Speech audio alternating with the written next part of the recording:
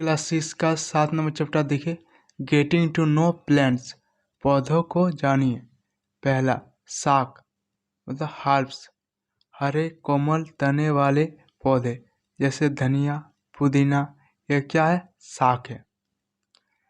Have soft green and weak stems, example mint, sunflower, wheat, maize. दूसरा, झाड़ी, shrub, कुछ पौधों की शाखाएं तने के आधार के समीप से निकलती है। तना कठोर होता है जैसे गुलाब, गुलाब की जड़ क्या होते हैं? बहुत कठोर होता है, उसको झाड़ी कहते हैं। They are bushy and have hard stems that do not bend easily. These are plants with the stem branching out near the base. Example, lemon, jasmine, etc. तीनों bridge trees. These are big plants which have a tall and strong stem. Stems have branches in the upper part, such a part much above the ground. Example, mango, neem, etc. 4 number, बिसर्पी लता, क्रेपर्स, कमजोर तने वाले पौधे सीधे खड़े नहीं हो सकते और ये भूमि पर फैल जाते हैं जैसे डिंगला, तरबूज। इसकी लतें क्या होते हैं? जमीन पर होता है। Plants which crop on the ground and separate out. Example, pumpkin and watermelon. 5 number, आरोही लता, क्लेम्बर्स, कमजोर तने वाले कुछ पौधे आसपास के ढांचे की सहायता से ऊपर चढ़ जाते हैं जैसे अंगूर, पान। इसकी लतें क्या मतलब दीवार के ऊपर, पेड़ के ऊपर उसकी लता चढ़ जाती है। Have weak stems and cannot stand erect. They take support of other trees and climb on them. Example, pea, grape, vine, etc.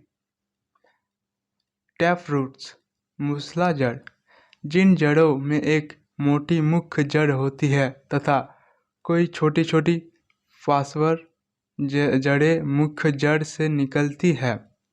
It is the main primary root arise from lower end of the stem. A number of tiny branches called secondary roots. Example, mustard, neem, rose, etc.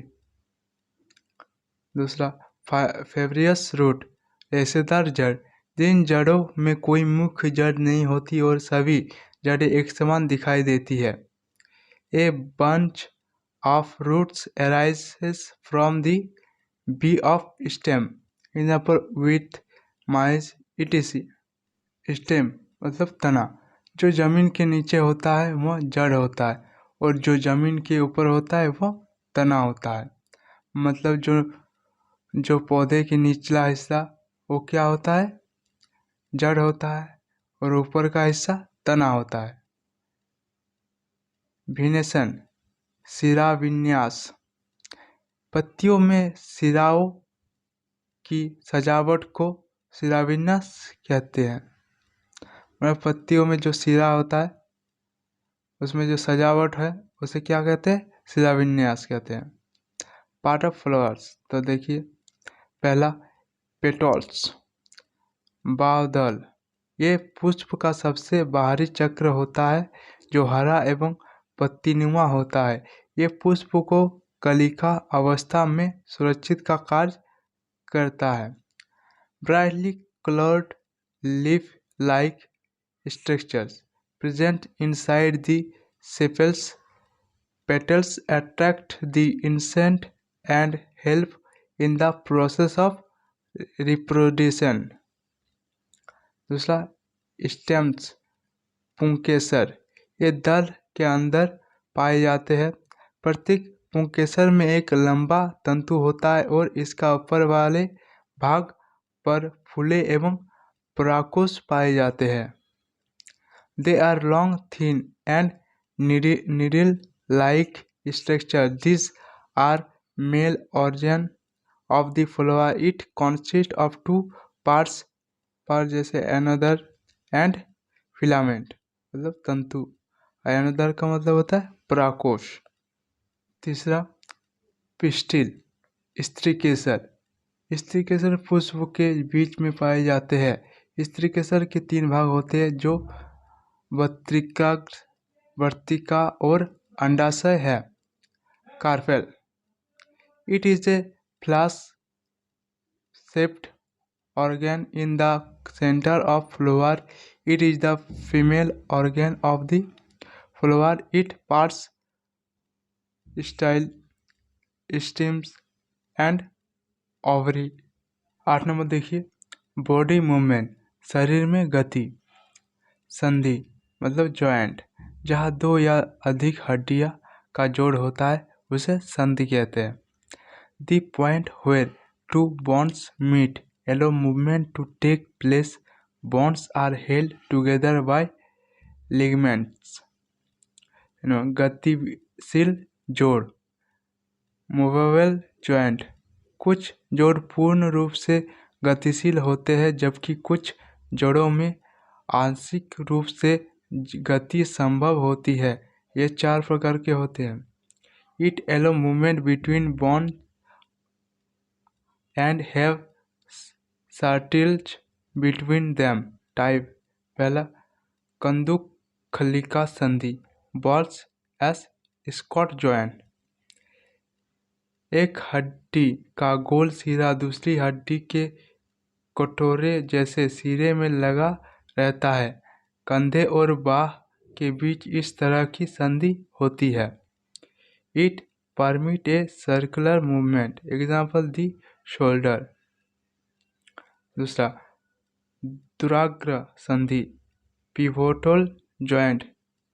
इस तरह के जोड़ में कई सतहों में गति संभव है, जैसे आगे पीछे दाएं बाएं घुमा सकते हैं। Joint where the neck join the head, it allow head to move backward and forward and turn to right left। तीसरा हिंज संधि, हिंज जॉइंट। घुटने में और कोहनी में हिंज संधि होती है। इसमें एक दिशा में गति होती है। It allow movement only in one plane backwards and forward। Example elbow joint, knee joint। 4 number अचल संधि, इन्वॉल्व और फिक्स जॉइंट। जिस जोड़ में कोई भी गति संभव न हो उसे अचल जोड़ कहते हैं। हमारी खोपड़ी या कपाल के जोड़ अचल जोड़ होते हैं। The bones cannot move at this joint। Example, bones in cool joint between upper jaw and rest of skull। 5वां ग्लाइडिंग जोड़, ग्लाइडिंग जॉइंट। इस प्रकार के जोड़ में एक हड्डी के दूसरे हड्डी के ऊपर सरकने के कारण गति होती है। हमारी कलाई में भी ग्लाइडिंग जॉइंट रहता है। It allow bones to slide a little. Example bones inside wrists and feet. 9 number chapter देखिए, the living organism and their surrounding, सजीव एवं उनका परिवेश। हैबिटेट मतलब आवास, किसी सजीव का वह स्थान जिसमें वह रहता है। The surrounding where organism live, it has 2 components, biotic and non-biotic। Non-living things like rocks, soil, air and water। पहला टेरेस्ट्रियल हैबिटेट, स्थलीय आवास। Plants and animals live on land, example forest, desert, coastal। दूसरा aquatic habit, जलीय आवास। Plants and animals live in water. Example, ponds, lakes, oceans, swamps. जो जंतु पानी में रहता है उसे जलीय आवास कहते हैं, जो जमीन में रहता है उसे स्थलीय आवास कहते हैं। अब देखिए एडाप्टेशन, अनुकूलन। सभी जंतुओं और पौधों में विशिष्ट संरचनाएं होती है जो उसे उसके आवास में रहने के योग्य बनाती है। Presence of specific features or certain habits which enable an organism to live in its surrounding. Result, मरुस्थल। मरुस्थल में जल अल्प मात्रा में उपलब्ध होता है। मरुस्थल दिन में बहुत गर्म एवं रात में बहुत ठंडा होता है। इसमें animals stay in broth deep in sand during day and come out at night. In plants, leaves are either absent or very small, as spin's stem has a thick way coating. Roots go deep into the soil. Mountains, पर्वतीय क्षेत्र।